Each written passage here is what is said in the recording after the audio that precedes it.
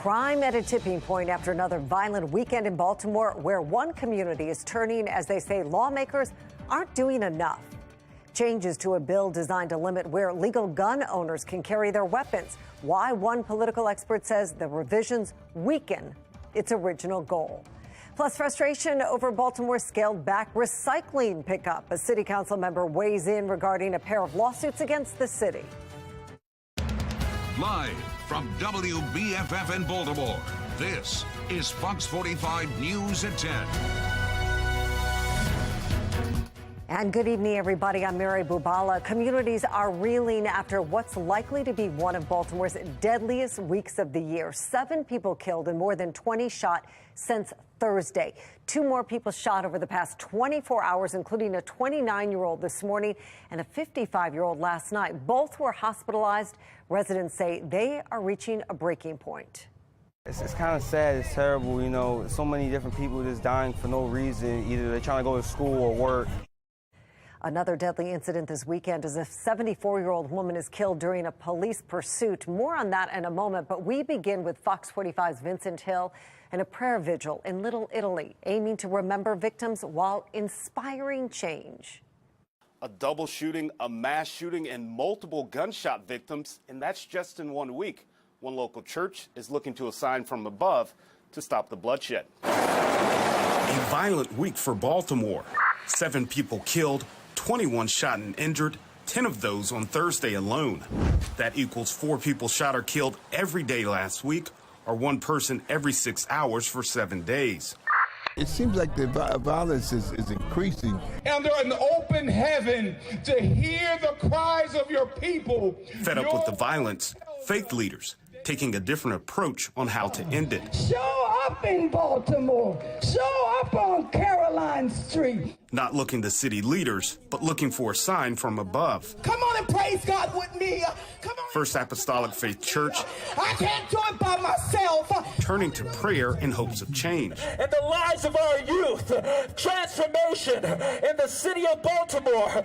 Youth, like 19-year-old Kristen Davis, who fears the reality of the city's gun violence. Just being scared to just lose my life for no reason. Calling Baltimore's crime crisis depressing. It's kind of sad. It's terrible. You know, so many different people just dying for no reason. Either they're trying to go to school or work. Even if you're sitting and you're not lifting your hands. It's for that reason Portia McAdory is praying. And we are desiring God to help even with the homicide, the crime.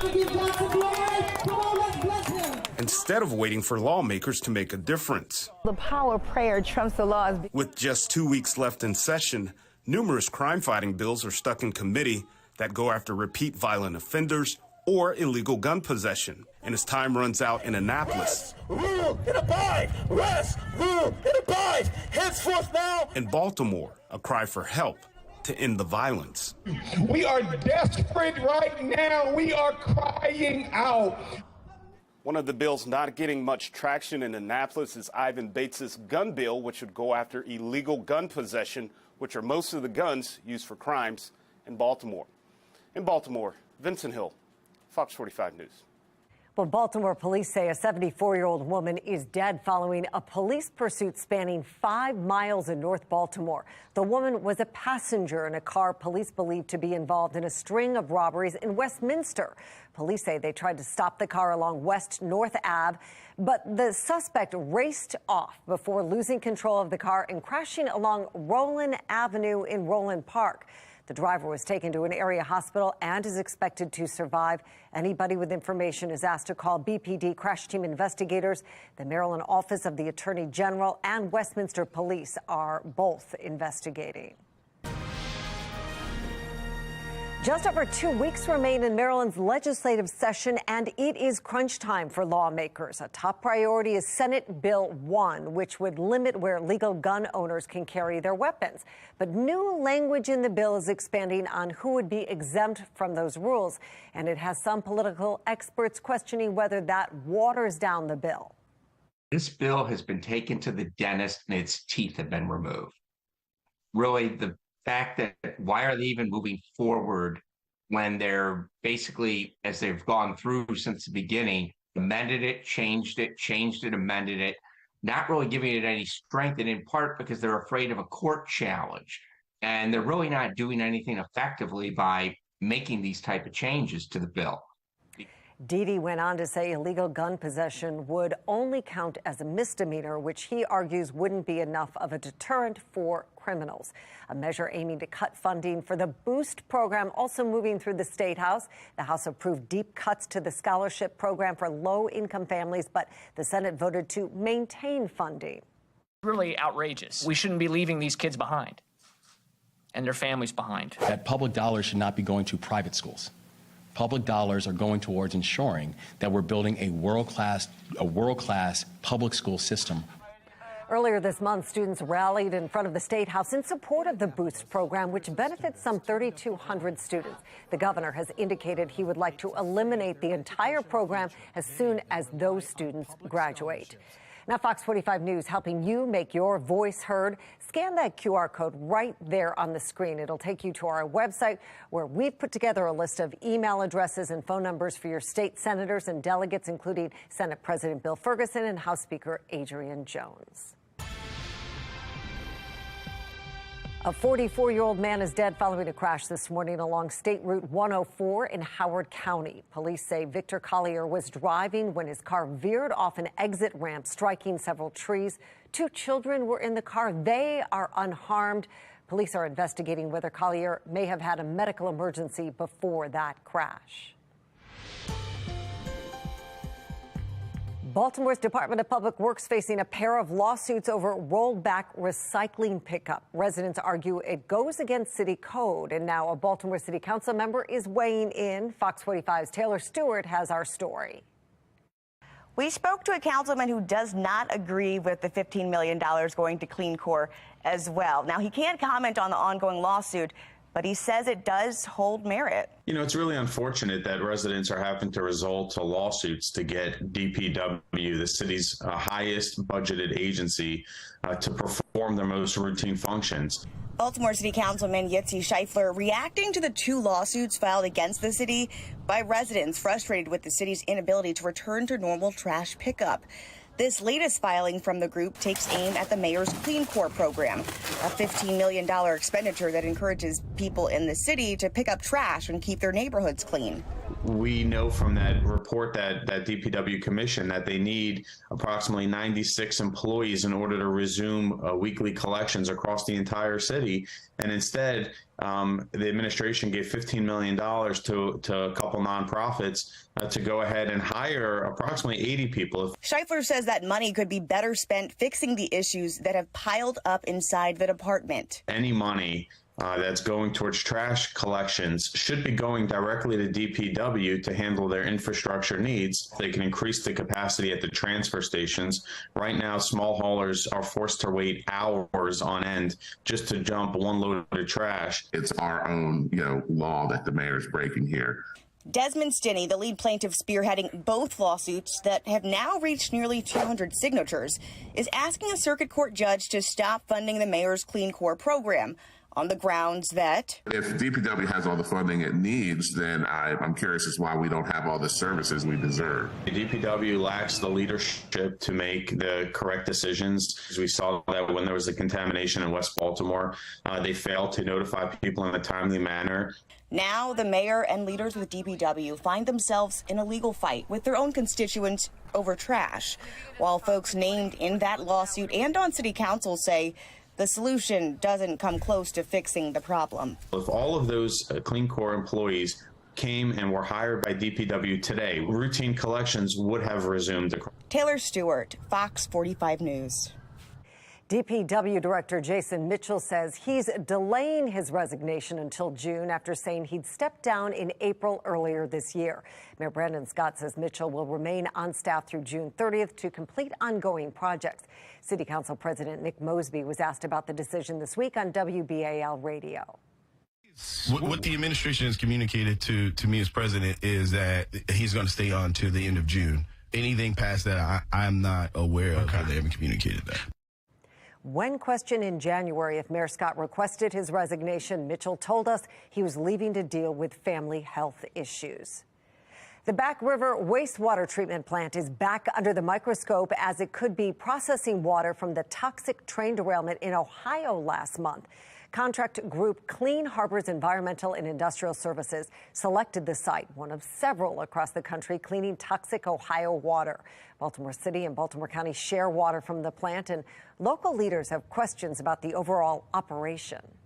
We want to make sure, really, this is about what's going into the system. There's a chance to make sure that before we introduce any of this water into our system, that we are clear about what is happening, having questions answered, ensuring appropriate testing is in place.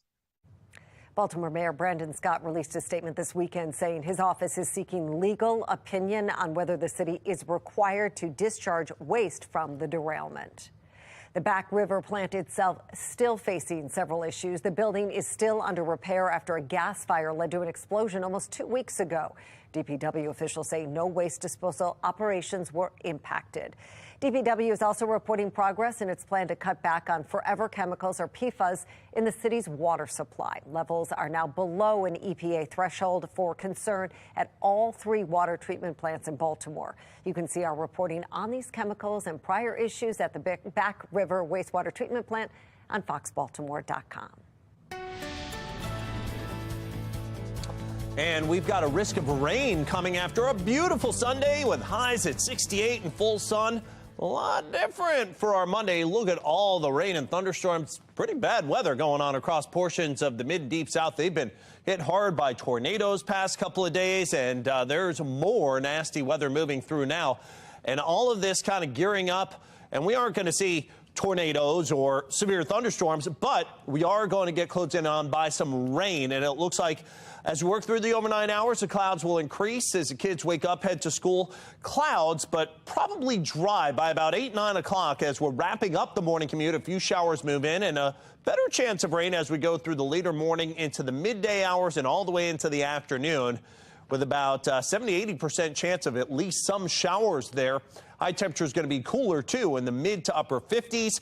I'm going to let you know how long this rain lasts and when we could have highs in the 70s again. Those are in the forecast. My Weather Authority forecast in a couple of minutes. Jonathan, thanks. Coming up, more devastation in Mississippi. The message from federal officials as they tour tornado damage across the deep south. Plus, former President Donald Trump back on the campaign trail. Why another run at the White House isn't the only thing on his mind.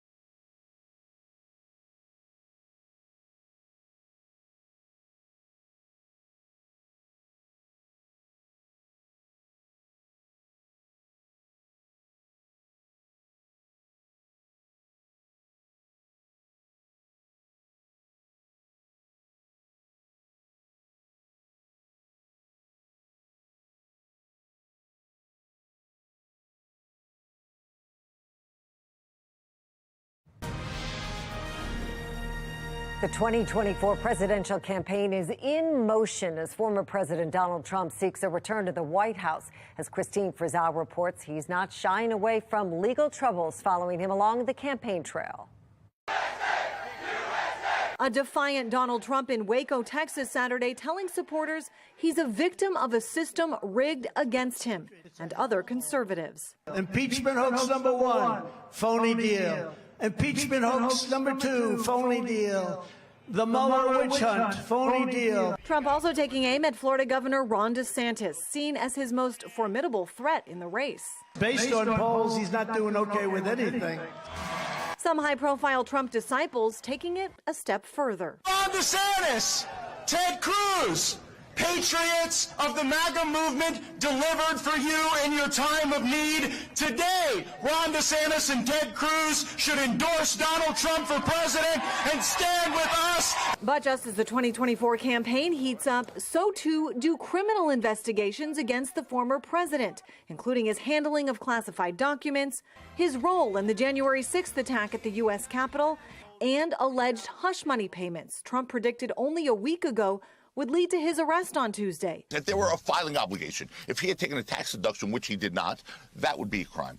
If he had used campaign funds, we'd have an argument here. This was a personal matter. House Republicans claim Judge Alvin Bragg is playing politics. I don't believe that Bragg would be doing this if Donald Trump were not running for president. Meanwhile, Democrats decrying GOP lawmakers for overstepping. Politicians, we should be focused on the economy, on inflation, on bringing manufacturing back, and leave law enforcement to those who are tasked with law enforcement. Mr. Cohen, hi. Others say not only is it a valid case, but it's already been tried. It happened with respect to Michael Cohen, who was not only charged with this type of crime, this particular crime, and he thought it was a crime, pled guilty to it. His lawyer thought it was a crime, allowed him to plead guilty to it. Meanwhile, in Waco, Texas, questions of guilt or innocence remained a long way off.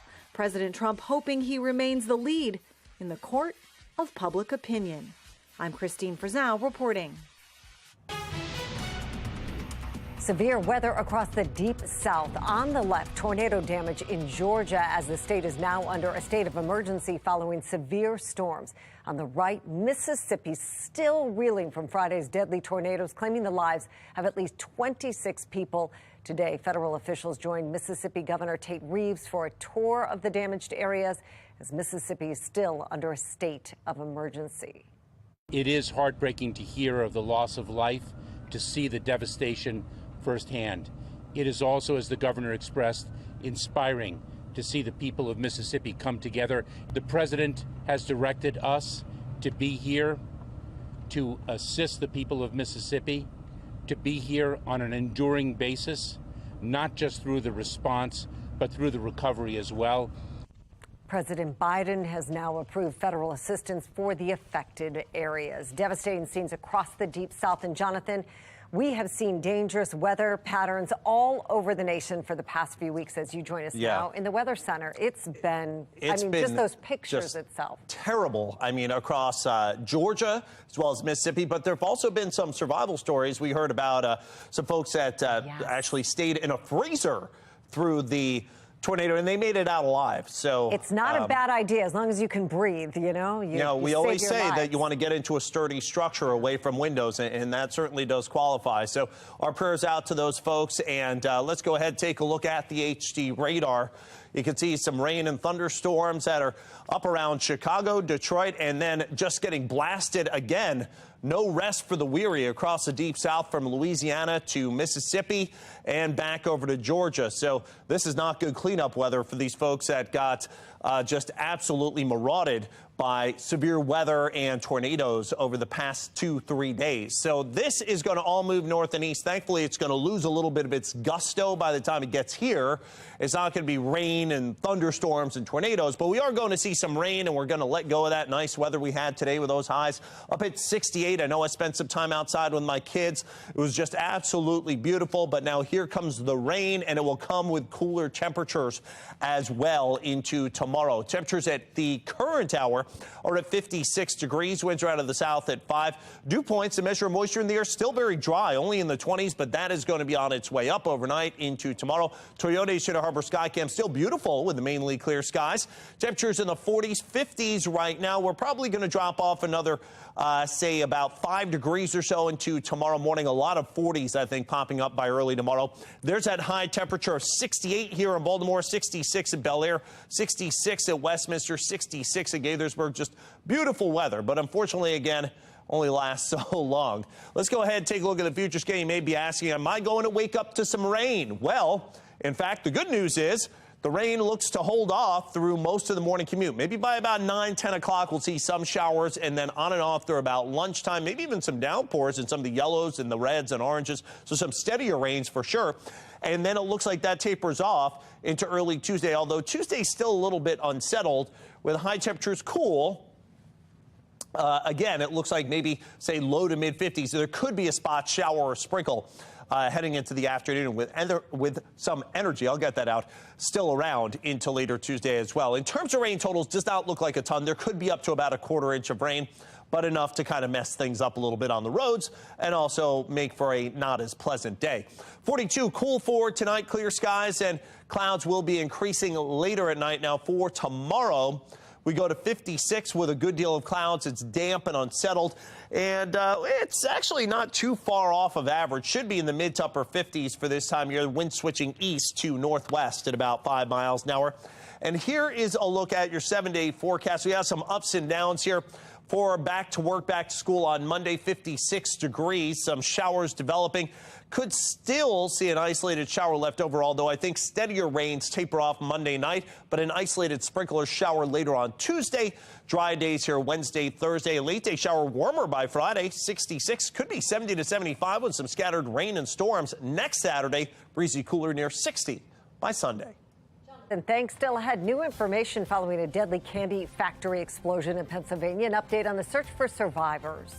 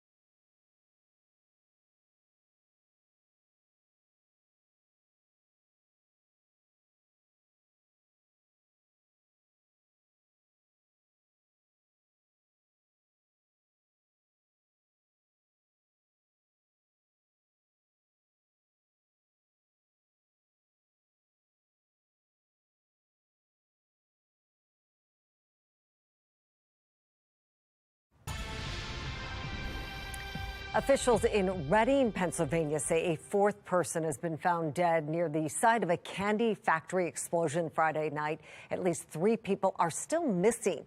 Rescue crews have been using specialized equipment and dogs to search for survivors. The town's police chief now vowing to see the operation through till the end. I want to assure you all that we will not rest until every single person affected by this tragedy has been accounted for. We are fully committed to this task, and we will do everything in our power to ensure that we bring closure to all those involved. Local officials are also starting a relief fund for those impacted by the blast. The cause remains under investigation tonight. Senate Minority Leader Mitch McConnell is out of rehab, saying he will work from home for the next few days. The 81-year-old was hospitalized after he tripped at a D.C. hotel earlier this month, suffering a broken rib and a concussion. Democratic Senators John Fetterman and Dianne Feinstein have also been hospitalized. It remains unclear when they will return. Still ahead, Maryland women's basketball went from sweet to elite. So how can they beat undefeated South Carolina to advance to the Final Four? Rocco and Morgan will have a preview ahead on Sports Unlimited. But first, cracking down on guns, how one city's tight restrictions could be a blueprint across America.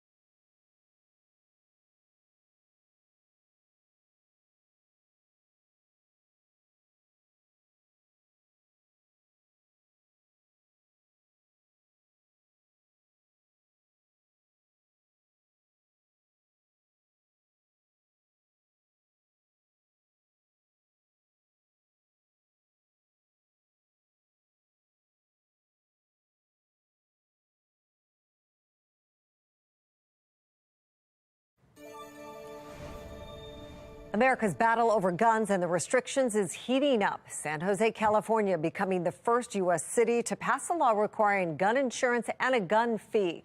And now other cities are closely watching. Cheryl Atkinson has this week's full measure. In San Jose, California, the public gun firing range is full on a Saturday afternoon. Under a first-of-its-kind law being eyed nationally, San Jose gun owners are in the crosshairs, targeted for a marked change in how the local government regulates their weapons. San Jose's new law requires people who own firearms to carry gun liability insurance and pay an annual fee of $25. That includes for shotguns and hunting rifles. The fees are to go to a nonprofit for programs to prevent injuries involving gunfire. And gun owners must keep documents proving insurance and fee payment with each firearm at all times, presented to police upon demand. So we had to do something that would recognize the reality that guns are in our streets, they're in our community. How do we make gun ownership safer? Sam Liccardo is the brains behind the gun measure. He devised the ammunition to support it as mayor of San Jose, a post he held for the 2-term limit until this year. We want insurance companies to get in this game, so we know that premiums can have that financial nudge that gun owners might need. But there are plenty of reasons the law is a misfire, according to Tim Biddle of the Howard Jarvis Taxpayers Association watchdog group. The ordinance requires you to keep proof of insurance and proof of payment of the fee with the gun at all times, and to produce that proof anytime a peace officer requests it. If you don't produce proof to a peace officer when requested, you're subject to a fine and confiscation of your firearm. His group is also challenging the $25 fee. There are fees involving guns that already exist. Why would it be wrong to impose a fee now?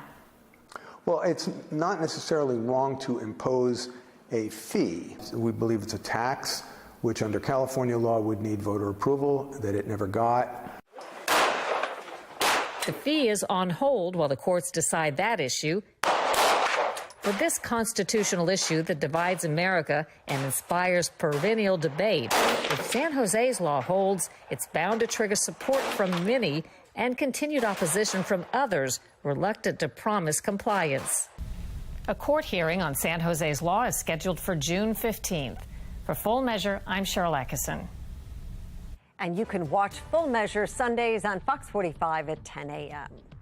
More spring training roster cuts for the O's ahead of opening day in Boston. Ahead on Sports Unlimited, the big-name player who is headed down to minor league camp.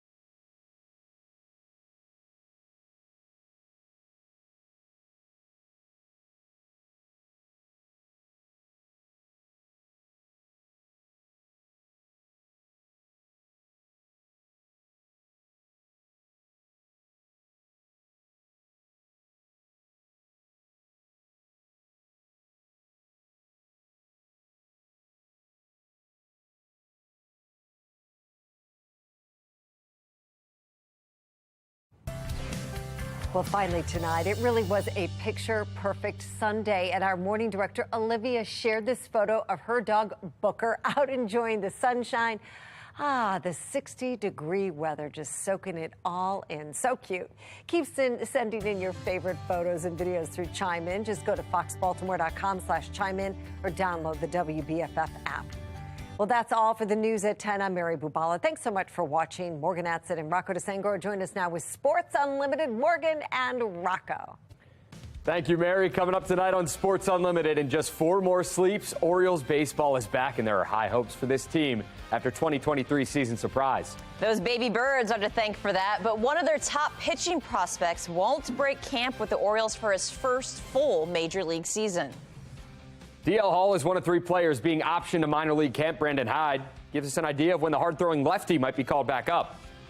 One arm in the rotation and the new bird this season via trade with Oakland. Cole Irvin joins the show one-on-one. The pitcher he says the franchise caught lightning in a bottle with. And you've heard the story about the tortoise and the hare, but what about the gamecock and the terp? Why Chapter 2 could go much different than Chapter 1. Coming up next on Sports Unlimited.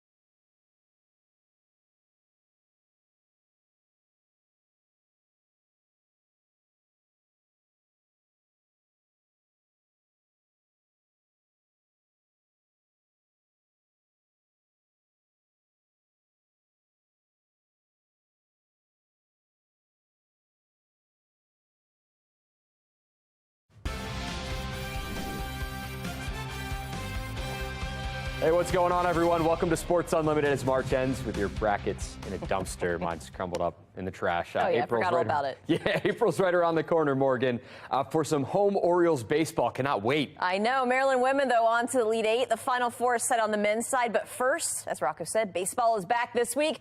The Orioles opened the season on the road Thursday at Boston. And today, the O's made their biggest roster move to get down to that 26-man roster. Pitcher DL Hall was optioned to minor league camp. Hall reported to spring training with lower back discomfort, so he's behind work-wise in innings. At first, Hall was an option for bullpen work on opening day roster, but now it's set. Hall will be a starter candidate and work up to that in the minors. The Birds' second-best pitching prospect will start the season in AAA after just 2 appearances this spring. Hall's major league debut was last season in August, but he was hoping to break camp for the first full season in 2023. Brandon Hyde had this to say about Hall not breaking camp with the Orioles for opening day. Quote, "It's just hard to build guys in the bullpen, honestly, just because you never know what's going to happen night to night. I think it's just a matter of time for him. We are super happy with how he threw the ball this spring and loved the progress he's made." Right-handed pitcher Spencer Watkins and Yenier Cano will join Hall in minor league camp. Watkins started 20 games last season for the O's, going 5-6 with a 4.70 ERA. Cano was acquired in the Jorge Lopez trade, making 3 relief appearances for the Birds. The O's spring training roster, it now stands at 41. O's taking on the Phils to kick off the final week of spring training. Kyle Bradish got the start, and he was solid. Gets Cody Clemens swinging here to get out of the first unscathed. Then check this out. He sits down Weston Wilson to end the second. Bradish allowed just 1 hit and 1 earned through 5 innings, striking out 3, bottom 3. Anthony Santander leaves the yard to give the Birds a 3-0 lead. That's his first of spring training. Want to see Gunnar Henderson hit a baseball really far? Me too. The preseason frontrunner for AL Rookie of the Year doubles off the wall in left center. Check that out. Gunnar showing off the power as the O's beat the Phillies 4-2 the final. We know Kyle Gibson gets the opening day start come Thursday in Boston. Cole Irvin will most likely see the Red Sox as well in the opening series. Irvin is hoping his trade to the Orioles this offseason provides another opportunity to be an every fifth day starter and improve on his best professional season from 2022 with the A's. Here's more with Irvin one-on-one from Sarasota. What does this opportunity mean for you getting into this rotation and landing on a new team? I think playing in the AL East is going to be a lot of fun this year. You know, we got a young squad coming off a good year. The energy's high in the clubhouse, and but all in all, I think it's just, you know, playing for a competitive team, a team that desires to be in the postseason and has got the tools and went out and got some guys to be able to you know, hopefully improve on the year that they had last year. So that's the goal, and I definitely was excited when I got traded. Just to hear you mention, talking about competitive play, the expectations this season, from a person that's covered the team since 2011, I saw the tail end of all the losing. I saw the 12, 14, and 16 postseasons, and I experienced the rebuild. And to know the fan base that was pleasantly surprised last season and is craving for winning baseball in Baltimore, what is it truly like to be on a team that has so much upside and to be a part of it? I think it's exciting. For myself, getting traded and being able to interact with the fans and on social media and just kind of getting to know kind of the excitement of where everyone's at is really fun. I enjoy it, and so it gets me excited equally. So I think there is a lot to be excited about. You know, you got a young catcher in Adley who's great to throw to. I've enjoyed throwing to him all camp. You know, you got Gunnar, wherever he's going to play, he's going to be great for us. You know, and then you got, you know, Grayson, who I'm not sure where he's going to be at, you know, come the opening series, but you know, he's an electric arm. I think the Orioles got lightning in a bottle right now with him. So and so I'm excited just to see the youth of this team operate day to day. It doesn't do it justice here at spring training. So we're ready to get started.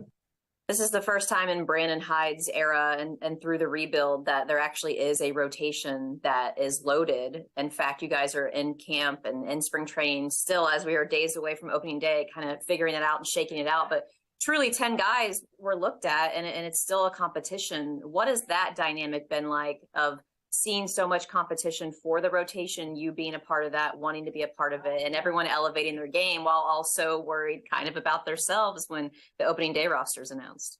Well, I think one thing that's unique about this clubhouse is that there's no egos.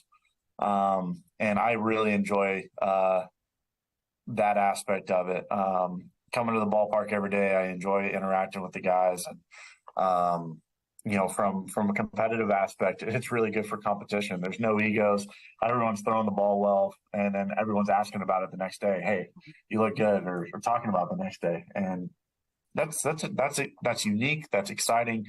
And selfishly, I want all 10, you know, guys that were in the rotation running to be on the team, because every one of these guys is a good guy. For yourself personally, what are the expectations this season for you and being